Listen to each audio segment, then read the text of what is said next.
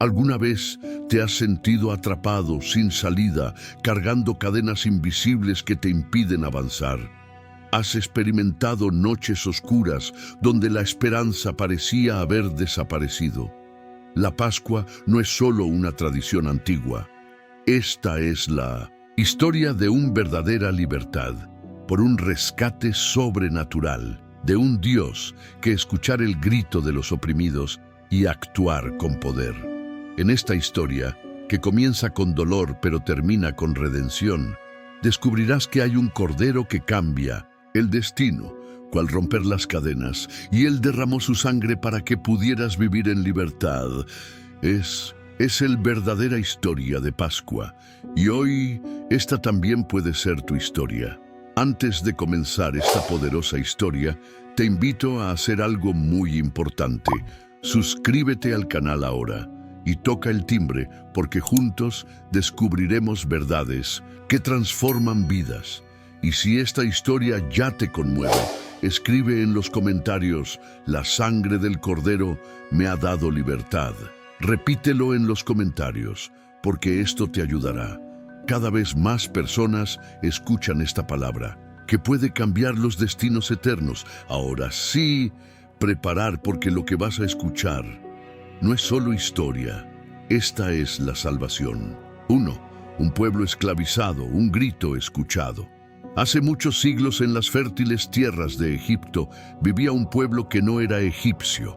Eran descendientes de un hombre llamado Jacob, también conocido como Israel, y habían llegado allí en 1900 tiempos de hambruna, cuando uno de ellos, José, se convirtió en gobernador y salvó muchas vidas. Pero esta historia ya había quedado atrás. Con el paso de los años, los egipcios se olvidaron del bien que José había hecho y comenzaron a ver a los israelitas con miedo, porque crecían en número y fuerza.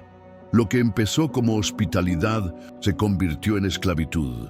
El nuevo faraón, que no conocía a José, los hizo sirvientes. Se vieron obligados a trabajar bajo el sol abrasador, construyendo ciudades, levantando muros de piedra y transportando barro y palla. No hubo descanso, no hubo compasión. Cada latigazo en sus espaldas les recordaba que ya no eran libres, y sin embargo, se multiplicaron. El faraón, viendo que ni siquiera el trabajo duro podía detenerlos, ordenó algo mucho peor: que todo niño hebreo nacido fuera arrojado al Nilo. Un decreto cruel que hizo llorar los hogares y llenó de silencio los campos. El dolor era tan grande que la gente ya no podía soportarlo. Clamaron a Dios, no con palabras bonitas, sino con gritos del alma, lamentaciones, suspiros, oraciones desesperadas. Fue el gemido de un pueblo oprimido, pero no olvidado. Y la Biblia dice algo poderoso en Éxodo 2:24. Y Dios escuchó su gemido y se acordó de su pacto con Abraham, Isaac y Jacob. Dios escuchó, Dios miró, Dios se acordó. Esta súplica marcó el comienzo de una historia que cambiaría no solo a Israel, sino a toda la humanidad. Porque cuando Dios escucha un clamor, algo se mueve en el cielo. 2. Dios levanta un libertador. Mientras el pueblo de Israel lloraba en su esclavitud, en otras partes de Egipto, lejos del látigo y del sufrimiento, un niño hebreo crecía entre los palacios reales. Su nombre era Moisés. Su historia ya comenzó con un milagro. Cuando era apenas un bebé, su madre lo escondió durante 3 meses para que no lo mataran por decreto del faraón. Pero llegó un momento en que ya no pudo ocultarlo. Luego, desconsolada pero llena de fe, lo colocó en una canasta de juncos y lo dejó flotar sobre las aguas del Nilo, confiando en que Dios cuidaría de su hijo. Y Dios lo hizo. La hija del faraón encontró la cesta, se emocionó al ver llorar al bebé y decidió adoptarlo. Este niño hebreo, que debería haber sido arrojado al río para morir, ahora crece como un príncipe de Egipto. Moisés recibió la mejor educación. Aprendió el idioma, la cultura, la ciencia y las estrategias de guerra de los egipcios, pero en lo más profundo de su corazón sabía que no pertenecía a esta gente. Era un israelita. Por sus venas corría la sangre de sus hermanos esclavos. Un día, cuando era adulto, Moisés vio a un egipcio maltratando brutalmente a un hebreo. La ira y el dolor explotaron dentro de él. Intentó defender al hombre y acabó matando al egipcio. Asustado, huyó al desierto de Madián. Fue allí, en el silencio y el anonimato, donde Dios comenzó a obrar más poderosamente en su vida. Moisés se hizo pastor, se casó con Séfora y tuvo hijos. La vida parecía haber tomado un rumbo sencillo, lejos del trono, y también lejos de las cadenas. Pero Dios no había terminado con él. Al contrario, se acercaba el momento de su vocación. Un día, mientras conducía su rebaño al monte Horeb, Moisés vio algo extraño, una zarza ardiendo, pero no ardía. Fue sobrenatural. Se acercó curioso. Entonces escuchó una voz poderosa que venía del medio del fuego. Moisés, Moisés, tira tus sandalias, porque el lugar donde estás es tierra santa. Era Dios, el mismo Dios que había escuchado el clamor del pueblo, el Dios de Abraham, Isaac y Jacob, el Señor del tiempo y de la historia, y tenía una misión. Vi la aflicción de mi pueblo en Egipto, y bajé para librarlos. Y tú, Moisés, serás su libertador. Moisés, sorprendido e inseguro, intentó negarse. Dijo que no sabía hablar bien, que nadie le creería. Pero Dios respondió con firmeza y gracia: estaré contigo. La llamada ha sido hecha. El plan de liberación había comenzado a desarrollarse. A partir de entonces, Moisés dejará de ser un simple pastor y pasará a ser el portavoz del Dios Altísimo ante el Rey más poderoso de la tierra. 4. Las 9 plagas y la resistencia de Egipto. Faraón había desafiado al Dios de Israel. Su corazón, endurecido por el orgullo, no se dejaba conmover ni por los milagros ni por las súplicas. Entonces, Dios comenzó a actuar con poder y el interior de Egipto se sintió o impactó. Las plagas han llegado, no como meros desastres naturales, sino como señales directas de la autoridad divina, cada una de las cuales derriba a las falsas deidades egipcias y expone la fragilidad de sus dioses. El primer flagelo, el agua del Nilo, símbolo de vida y orgullo nacional, se convirtió en sangre. Todos los ríos, canales, estanques, todo se puso rojo. Los peces se estaban muriendo. El olor era insoportable y el pueblo no tenía agua para beber. El segundo, ranas por todo el país, en los hogares, en las camas, en los hornos, entre los alimentos. Un enjambre de ranas invade Egipto, provocando caos y repulsión. El tercero, piojos o polvo transformado en insectos.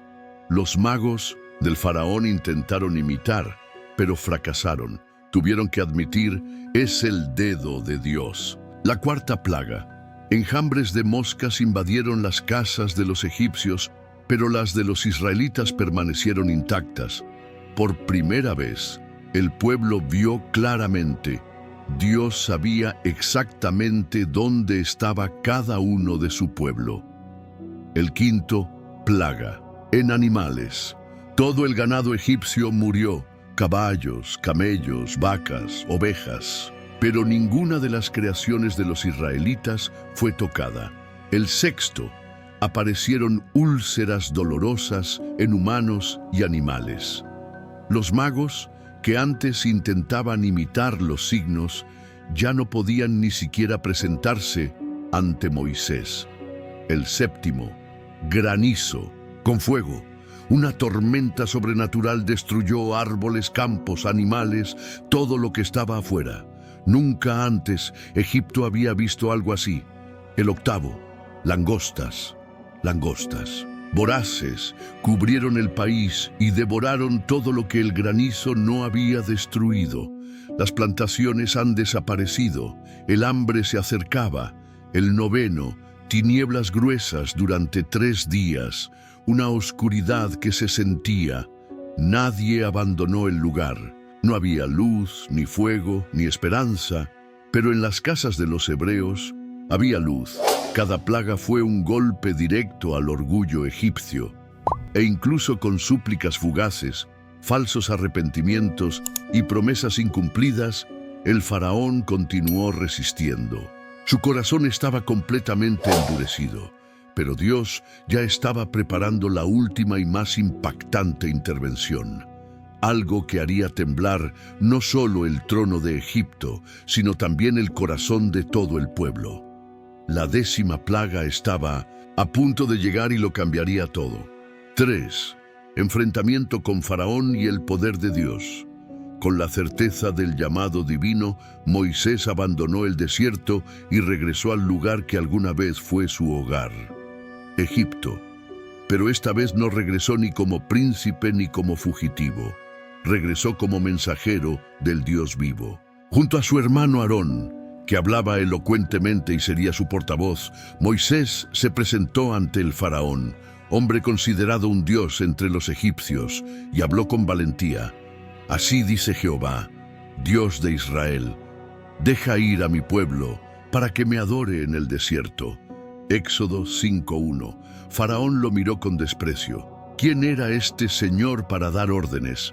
No conocía al Dios de Israel y no tenía intención de obedecerlo. Al contrario, estaba furioso. Pensó que Moisés estaba distrayendo a los esclavos y en lugar de liberarlos, aumentó el peso de sus cargas. Les ordenó buscar su propia paja para fabricar los ladrillos, pero sin reducir la producción diaria. La gente estaba aún más molesta. Algunos comenzaron a quejarse ante Moisés, pero Dios no prometió facilidad, prometió liberación. Y cuando Dios promete, lo cumple. Es entonces cuando comienza una serie de acontecimientos extraordinarios.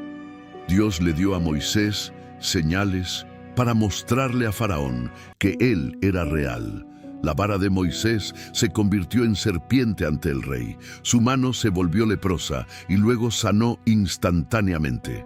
El agua se convirtió en sangre. Pero nada de eso fue suficiente. El corazón de Faraón se endurecía cada día más. Pero Dios apenas estaba comenzando. Con cada negativa de Faraón ocurriría una nueva demostración de poder, no solo para liberar a Israel, sino para mostrar a todo Egipto y al mundo que hay un solo Dios verdadero y que Él está por encima de todos los reyes, dioses e imperios. La batalla espiritual estaba en marcha. No fue solo entre Moisés y Faraón, fue entre la soberanía de Dios y el orgullo humano. Había llegado el momento de la justicia y Dios demostraría que escucha, responde y actúa poderosamente en nombre de su pueblo. Si esta historia te toca hasta ahora, no te vayas sin hacer algo eterno. Suscríbete al canal, no por mi culpa, sino porque aquí estamos hablando de aquel que puede cambiar su historia como lo hizo con Israel. Y en los comentarios escribe con fe: necesito el Cordero de Dios en mi vida. Hazlo ahora. Tal vez alguien lo lea y entienda esto. No estás solo en tu lucha. 6. El Cordero sin defecto y la sangre que salva. El orden de Dios era claro. No bastaba con ser hebreo. No bastaba con pertenecer al pueblo elegido. Había que obedecer, seguir cada instrucción al pie de la letra. La salvación en la noche sería solo una cuestión de identidad, pero de sangre. Cada familia debía elegir un cordero. No puede ser un animal cualquiera. Tenía que ser un macho, sin tacha, de 1 año de edad. Perfecto. Porque este cordero representaba algo mucho más profundo que un simple ritual. Estaba destinado a un sacrificio futuro, completo y definitivo. El cordero fue separado unos días antes y observado de cerca. Cuando llegó el momento, lo mataron con cuidado. se recogió su sangre y con ramas de hisopo se roció sobre los postes de las puertas. Toda casa que tuviera sangre se salvaría de la visita del destructor. Imagínate una cena. Padres dándose la mano y derramando sangre en la entrada de la casa. Los niños miraban en silencio, sintiendo que algo muy malo iba a pasar. Familias enteras se reunieron alrededor de la mesa, comiendo cordero asado en silencio o en oración. Todos vestidos para el viaje, sandalias en los pies, bastones en las manos, pan sin levadura sobre la mesa, hierbas amargas que recuerdan cada lágrima de la esclavitud. Esta no fue una cena cualquiera, fue una cena de liberación, con cada bocado un recuerdo. Éramos esclavos, pero Dios nos libera. Con cada respiración tensa una esperanza. El ángel pasará y no tocará nuestra casa. Con cada gota de sangre en el umbral, una promesa. Donde hay sangre, habrá vida. Este cordero silencioso, inocente, sin culpa, derramó su sangre para que otros pudieran vivir. Y aún sin entenderlo del todo, los hebreos obedecieron. Ellos creyeron. Actuaron con fe. Esa noche, la salvación entró por la puerta ensangrentada. Y desde entonces, generación tras generación, ha resonado esta imagen. La sangre del Cordero es la que salva. Un profundo misterio estaba tomando forma y apuntaba directamente al futuro, al verdadero Cordero de Dios, que un día derramaría su sangre no solo por un pueblo, sino por toda la humanidad. 5. La 10ª plaga, la noche más temida. Plagas anteriores ya habían demostrado que el Dios de Israel no era un Dios más. Él era el Dios vivo, soberano, justo y poderoso. Pero el faraón todavía tenía un corazón duro. Entonces Dios anuncia, a través de Moisés, el juicio más duro de todos, la muerte de todos los primogénitos en Egipto, del palacio a los campos, del hijo del faraón al más simple sirviente. Ninguna residencia egipcia se salvaría, sería una velada como ninguna otra. Dios mismo descendería y pasaría por toda la tierra, y donde no hubiera señal de obediencia, habría muerte. Pero además del juicio, Dios ofrece un plan de salvación para su pueblo. Había que seguir atentamente sus instrucciones. Cada familia israelita tenía que escoger un cordero, macho de 1 año, sin defecto. El animal sería sacrificado al anochecer, y con la sangre de este cordero se untarían los postes y las vigas de las puertas de las casas. ¿Para qué? Porque esa noche, cuando pasara el ángel del juicio, vería la sangre y volvería de esta casa. La sangre sería una señal, un escudo, una separación entre la vida y la muerte. Además, Dios dispuso que esta noche se celebrara con una comida especial, cordero asado, acompañado de hierbas amargas que recuerdan la amargura de la esclavitud, y pan sin levadura, simbolizando la urgencia, ya que no habría tiempo para esperar a que la masa suba. Las familias deben comer vestidas, con sandalias en los pies y bastones en las manos, como si se dispusieran a partir. La salvación estaba llegando. La liberación era inminente. Fue una noche tensa y silenciosa, llena de expectativas y miedos. Los hogares de los hebreos estaban marcados con sangre, y en el interior todos obedecían con reverencia lo que Dios había ordenado. Afuera, la ciudad se quedó dormida, sin saber lo que iba a pasar.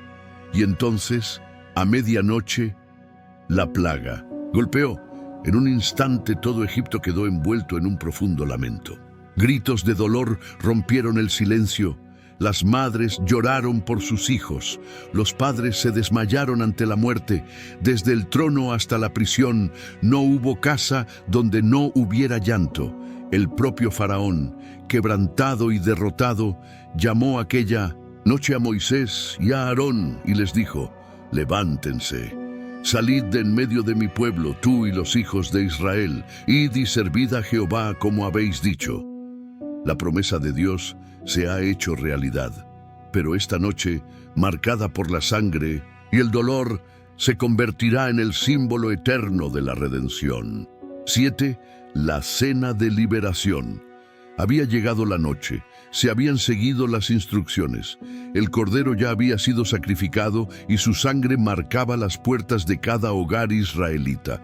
Ahora la gente tenía que comer. Pero no fue una cena de celebración, sino una cena de obediencia, fe, preparación. Dentro de cada casa el ambiente era solemne. Las familias estaban juntas, no como esclavos, sino como personas a punto de partir. Había algo nuevo.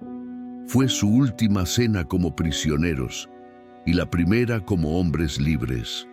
El cordero asado estaba en el centro de la mesa. Nada de carne cruda, nada hirvió. Debía ser asado al fuego entero, cabeza, patas y entrañas, como señal de la integridad y totalidad del sacrificio. Ya no quedaba nada hasta el amanecer, lo que quedaba iba a ser quemado, porque el cordero era exclusivo, santo y su liberación fue completa. Junto a él, hierbas amargas, un sabor fuerte, difícil, casi desagradable. Estaban allí para recordar el amargo sufrimiento de la esclavitud. Cada bocado recordaba los años de opresión, los gritos bajo el látigo, el peso del barro, la pérdida de los hijos, el llanto silencioso en las noches oscuras. También había pan sin levadura, abrasadera, un pan sencillo, elaborado con prisas, sin tiempo de leudar. Era el símbolo de la urgencia. Dios estaba a punto de actuar y no habría tiempo para esperar. Y todos deberían comer de pie, vestido, con sandalias y bastón en mano, como viajeros, como listas de personajes para empezar, porque esta noche no se trataba solo del pasado, sino de lo que estaba por venir. Mientras comían, fuera de las casas, el silencio era pesado. Egipto durmió sin darse cuenta del juicio venidero. Pero en los hogares marcados por la sangre, la fe se fortaleció. Con cada plato servido, la esperanza crecía. Con cada palabra susurrada, el corazón latía más rápido. Fue el noche de liberación, y esta cena, sencilla y profunda, no sería olvidada. Dios ordenó que se repitiera, recordara, celebrara, generación tras generación. Os acordaréis de este día, lo celebraréis como fiesta solemne a Jehová por vuestras generaciones. Éxodo 12:14. De ahora en adelante, cada año, los hijos de Israel se reunirían para recordar.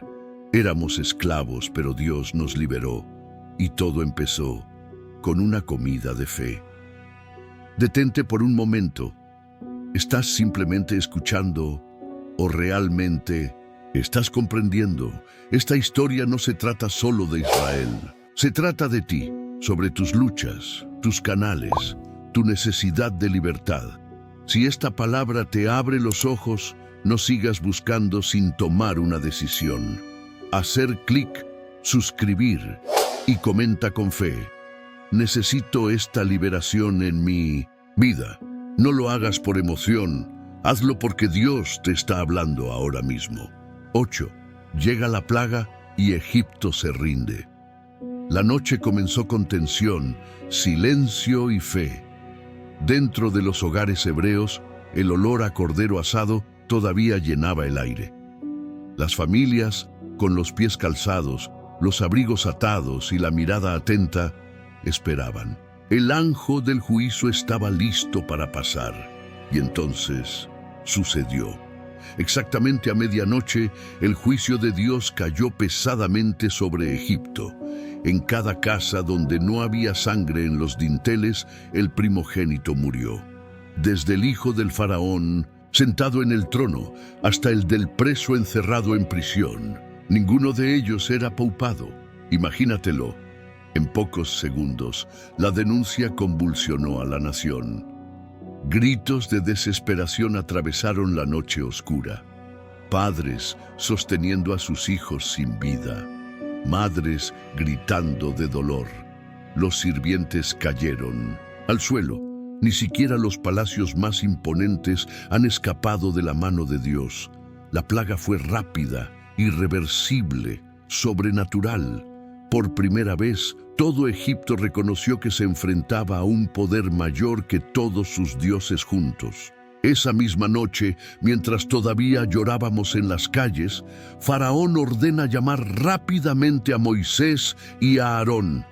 Ya no hay arrogancia en su voz, no hay orgullo, está roto, derrotado, tarde. Levántate, sal de en medio de mi pueblo, tú y los hijos de Israel. Id, servid a Jehová como habéis dicho. Pero la cosa no termina ahí, ve más allá. Él dice, toma también tus ovejas y tus rebaños, y bendíceme también a mí. El rey de Egipto, que se llamaba a sí mismo Dios, ahora pide una bendición al Dios de Israel, y no fue solo el faraón. Todo el pueblo egipcio se levantó precipitadamente y prácticamente expulsó a los israelitas. Todos querían que se fueran lo más rápido posible, temiendo que sucediera algo aún peor. Y como cumplimiento exacto de la promesa de Dios, los egipcios dieron a los hebreos oro, plata, vestidos, joyas, todo lo que pidieron. Lo que empezó como esclavitud, ahora se ha convertido en una forma de evitar el honor. Lo que parecía imposible, ahora era realidad. El pueblo de Dios era libre, pero aún quedaba un largo camino por recorrer. Dios no solo quería sacar al pueblo de Egipto, Él quería sacar a Egipto del pueblo. 9. La gran salida. El pueblo camina libremente. La noche más larga había terminado. Las lágrimas de Egipto todavía se escuchaban en el viento, pero mientras una nación lloraba, otra se preparaba para marchar hacia la libertad. El pueblo de Israel era libre. Después de más de 400 años de esclavitud, trabajo duro y humillación, Dios había quebrantado el poder de Faraón con mano poderosa. Ahora era el momento de partir. No fue una salida tranquila ni desorganizada. Dios había pedido a cada tribu, a cada familia, que se preparara en orden. Todos estaban vestidos, listos, con sus bastones en las manos y sus pertenencias al hombro. Las madres llevaban a sus hijos. Los mayores fueron ayudados por los más jóvenes. E incluso los animales fueron parte de este viaje histórico. Pero sucedió algo extraordinario. Los mismos egipcios, vencidos por el miedo y reconociendo el poder de Dios, le dieron al pueblo oro, plata, ropa y provisiones. Quienes una vez los esclavizaron, ahora los recompensaron.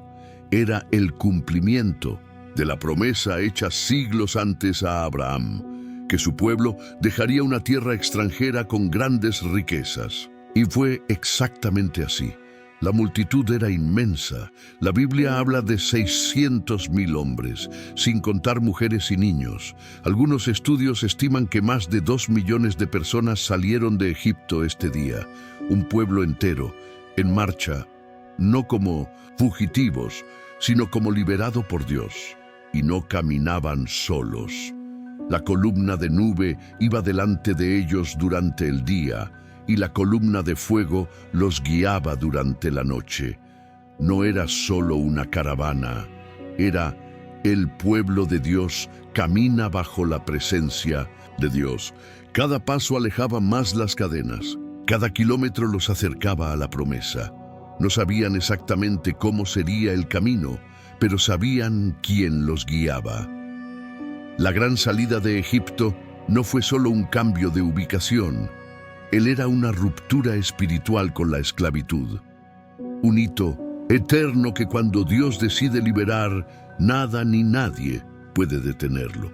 Y allí comenzó un nuevo viaje, no solo para Canaán, sino para los corazones de un pueblo que necesitaba aprender a vivir como libres ante un Dios santo. 10. el cruce milagroso del Mar Rojo. El pueblo de Israel finalmente había abandonado Egipto. Hombres, mujeres, niños, animales, una multitud innumerable. En sus manos llevaban el oro y la plata que los egipcios les habían regalado, pero en su corazón llevaban algo mucho más precioso, la promesa de libertad. Moisés los guió con firmeza, pero no a su manera. Fue Dios quien los guió. Durante el día, una columna de nubes los guiaba.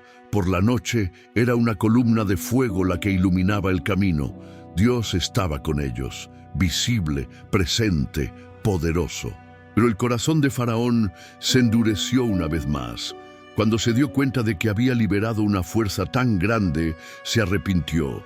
Reunió a sus mejores soldados, carros y jinetes, y se dispuso a capturar a los israelitas. Era el ejército más fuerte de la época, marchando contra un pueblo recién liberado, desarmado y con niños en brazos.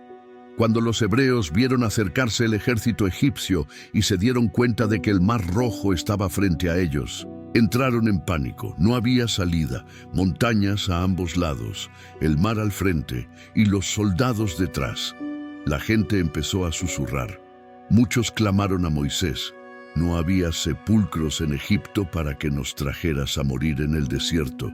Pero Moisés, con los ojos fijos en Dios, respondió con firmeza: no tengáis miedo, manteneos firmes y ved la salvación que el Señor os dará hoy. Y entonces Dios habló. Le dijo a Moisés que levantara su bastón por encima del agua.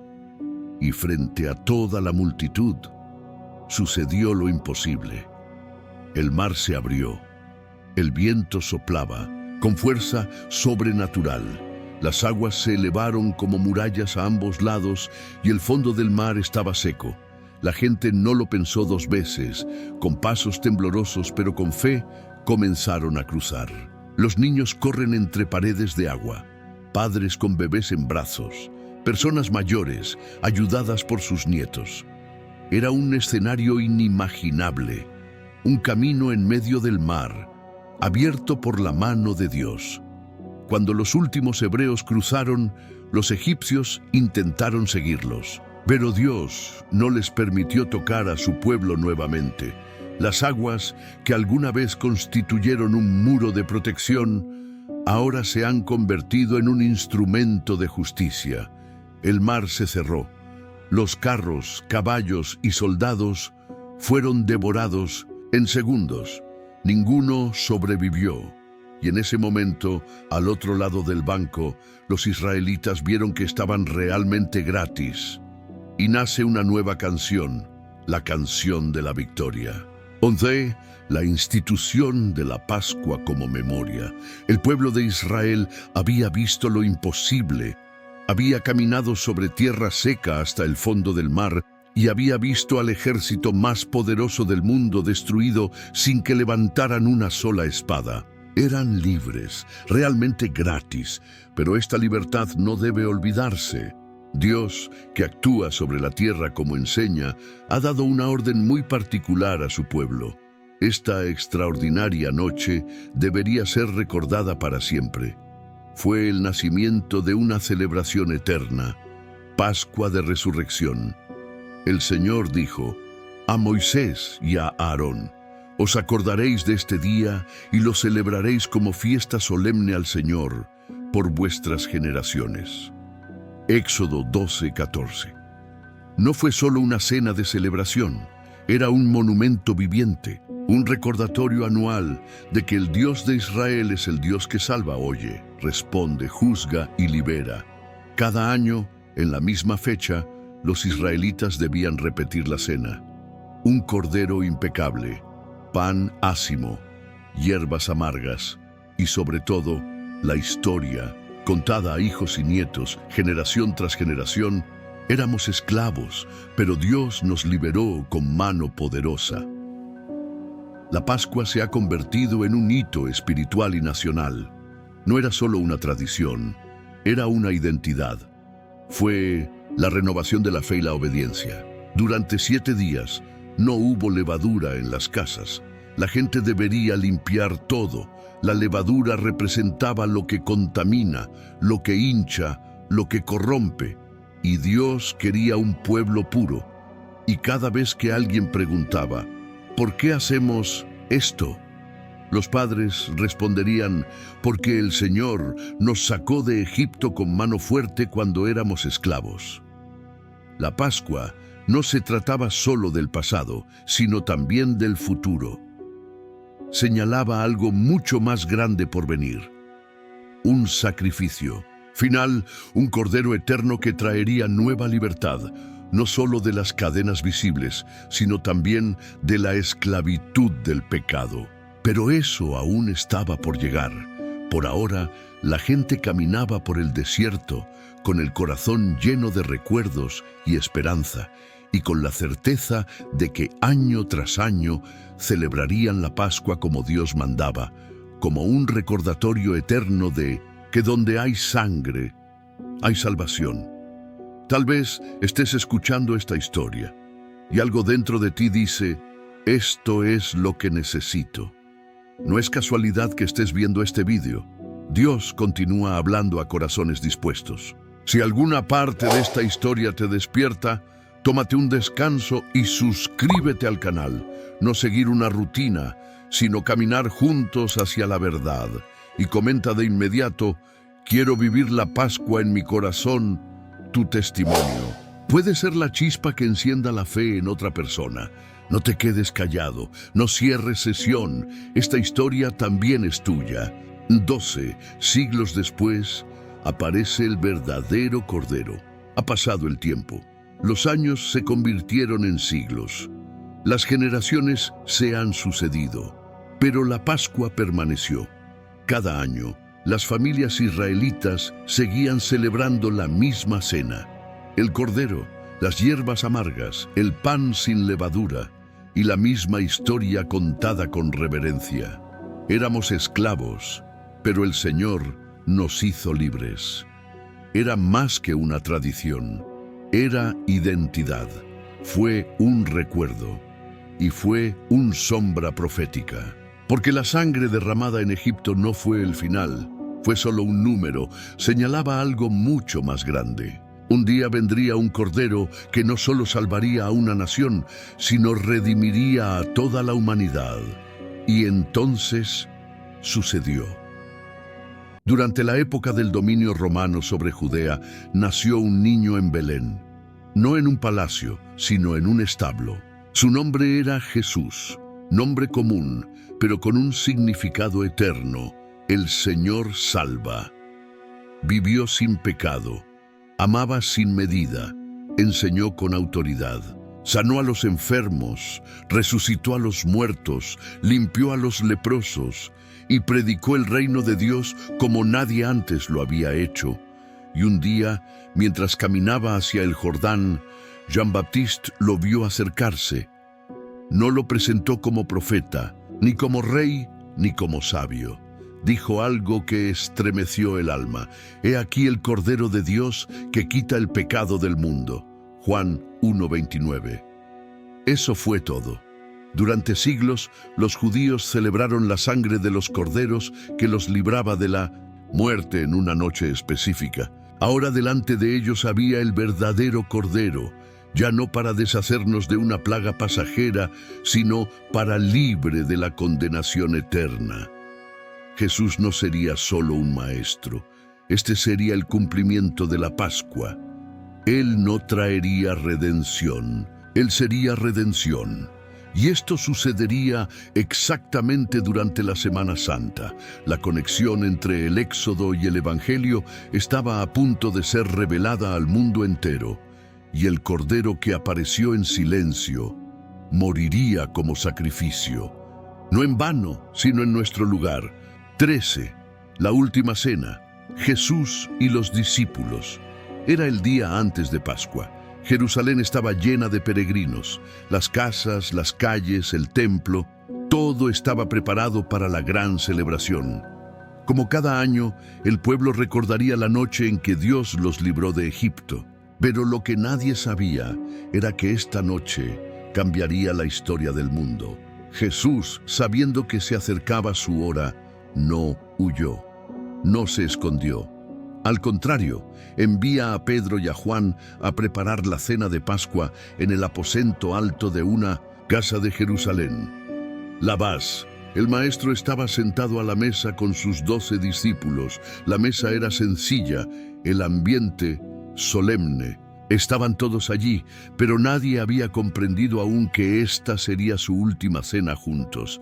Jesús tomó el pan. Él lo bendijo, lo rompió y se lo dio a sus discípulos diciendo: «Tomad, comed, esto es mi cuerpo, que es entregado por vosotros». Lucas 22:19. Los ojos de los discípulos se encontraron.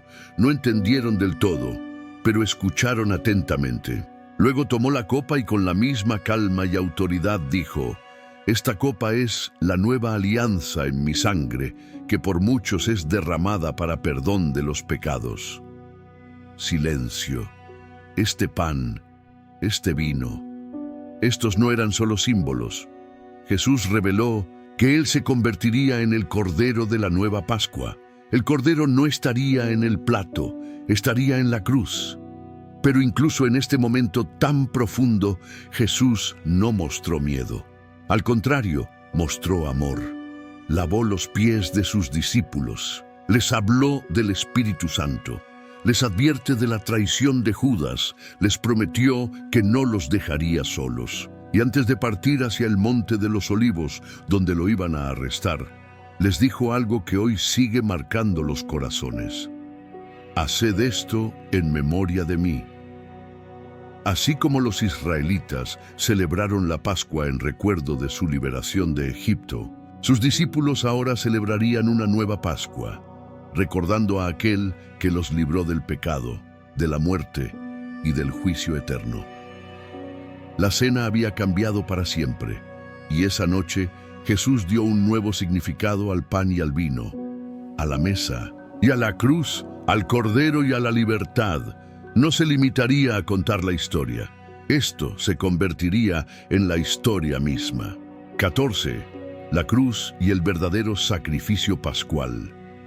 Después de cenar, Jesús y sus discípulos salieron al huerto llamado Getsemaní. Estaba oscuro y la ciudad dormía, pero el cielo estaba en silencio y observando. Allí, en la soledad del olivar, el Hijo de Dios cayó de rodillas. Sangre mezclada con sudor corrió por su rostro. Fue el peso de todos los pecados de la humanidad lo que aplastó su espíritu.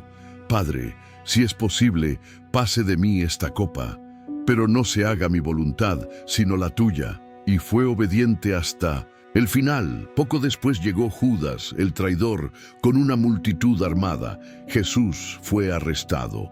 Pasó la noche siendo interrogado, escupido, golpeado y condenado injustamente por hombres que odiaban la verdad. Al día siguiente, mientras la ciudad se preparaba para sacrificar sus corderos pascuales, el verdadero Cordero fue conducido fuera de los muros. El camino al Calvario fue cruel. Jesús, herido y exhausto, cargó con su propia cruz. La gente estaba mirando. Algunos lloraban, otros se burlaron, pero Él lo siguió. En el monte llamado Gólgota lo clavaron al árbol. Las manos que sanaron fueron traspasadas, los pies que caminaron para ayudar estaban heridos. La boca que enseñaba la vida fue silenciada con vinagre, y desde la cruz Jesús habló. No dijo malas palabras. Él no se quejó, Él perdonó. «Padre, perdónalos, porque no saben lo que hacen». Era mediodía y el cielo se estaba oscureciendo. El templo estaba lleno de gente celebrando la Pascua, pero afuera, en una cruz, se cumplió el verdadero significado de la Pascua. Jesús no murió inocente. Él murió en su lugar, como el Cordero perfecto que da su vida por los demás, como el sacrificio perfecto que cubre con sangre no una puerta, sino un corazón. Y con su último aliento gritó: «Se acabó». No fue un grito de derrota, fue un grito de victoria. La deuda ha sido pagada, la sentencia había sido satisfecha. La muerte había perdido su poder, y entonces Jesús entregó su espíritu. El velo del templo fue rasgado de arriba a abajo. A la tierra tremeu. Se abrirán las tumbas. El mundo había cambiado para siempre. La antigua Pascua recordaba la noche en que Dios liberó a Israel de Egipto. Hoy, la nueva Pascua marca el día en que Dios libera a la humanidad del pecado.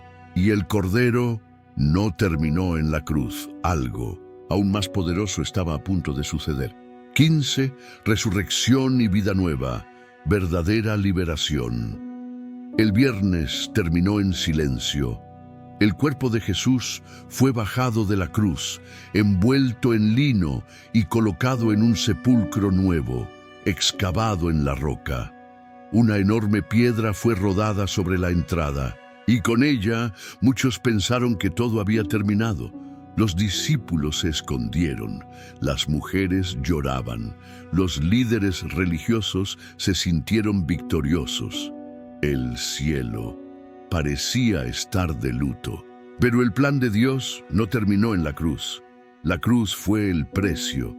La tumba fue solo el descanso, la victoria. Amaneció. Al tercer día, cuando aún amanecía, las mujeres fueron al sepulcro para ungir el cuerpo de Jesús con especias. Estaban de luto, pero querían honrarlo.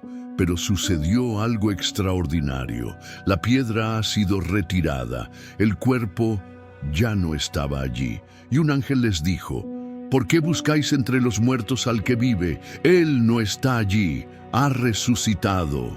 Lucas 24, 5, 6. La noticia corrió como la pólvora. Pedro corrió hacia la tumba. Juan también. Lo vieron con sus propios ojos, la sábana doblada, pero ninguna señal de muerte. Jesús había vencido la muerte. El Cordero inmolado estaba vivo y no apareció solo por 1 o 2. Se reveló a María Magdalena. Iba con 2 discípulos por el camino de Emaús. Apareció en el medio 11, mostrando sus manos llenas de cicatrices y su costado perforado. Comí con ellos, les hablé, les dio esperanza. Durante 40 días Jesús resucitado confirmó que estaba vivo, no como un recordatorio espiritual, sino en carne y sangre, glorificados, eternos. Y con su resurrección se cumplió la nueva Pascua, porque el anciano liberó al pueblo de la esclavitud física, pero la noticia liberó a la humanidad de la muerte eterna. Ahora, cualquiera que crea en Jesús, el Cordero que fue inmolado y resucitado, ya no necesita temer el juicio, el pecado o la muerte. Como dice el apóstol Pablo, Cristo nuestra Pascua ya ha sido sacrificado por nosotros. En 1 Corintios 5:7, la cruz era la puerta, sangre, la señal y la resurrección, la garantía de la vida eterna. La verdadera Pascua no es solo una fecha, es una persona. Su nombre es Jesús y todavía está vivo. Llamar, economía, transformando vidas. Quizás también experimentaste la esclavitud, no en Egipto, sino en tu alma, cargas del pasado, heridas que no sanan, cadenas que nadie ve pero que sentimos todos los días. La Pascua no es solo una historia antigua. Esta es la prueba de que Dios no te ha olvidado. Él escucha tu llanto, Él ve tu dolor. Y tal como lo hizo con Israel, Él puede liberarte hoy. ¿Para qué el Cordero sigue vivo? La sangre todavía tiene poder y la libertad todavía está al alcance de quienes creen. Esta no es solo la verdadera historia de la Pascua, esta es la historia de tu nueva vida. Si esta historia te habló, haz algo simple pero poderoso. Comprueba ahora si estás suscrito al canal y si aún no lo has hecho, haz clic en suscribirte y activa la campanita. Comparte este video con alguien que necesita escuchar esta verdad. Podría ser un amigo, un familiar o alguien que clama silenciosamente por libertad. Tu clic podría ser el comienzo de Una nueva historia para otra persona. Gracias por estar aquí y que la sangre del Cordero siga marcando las generaciones.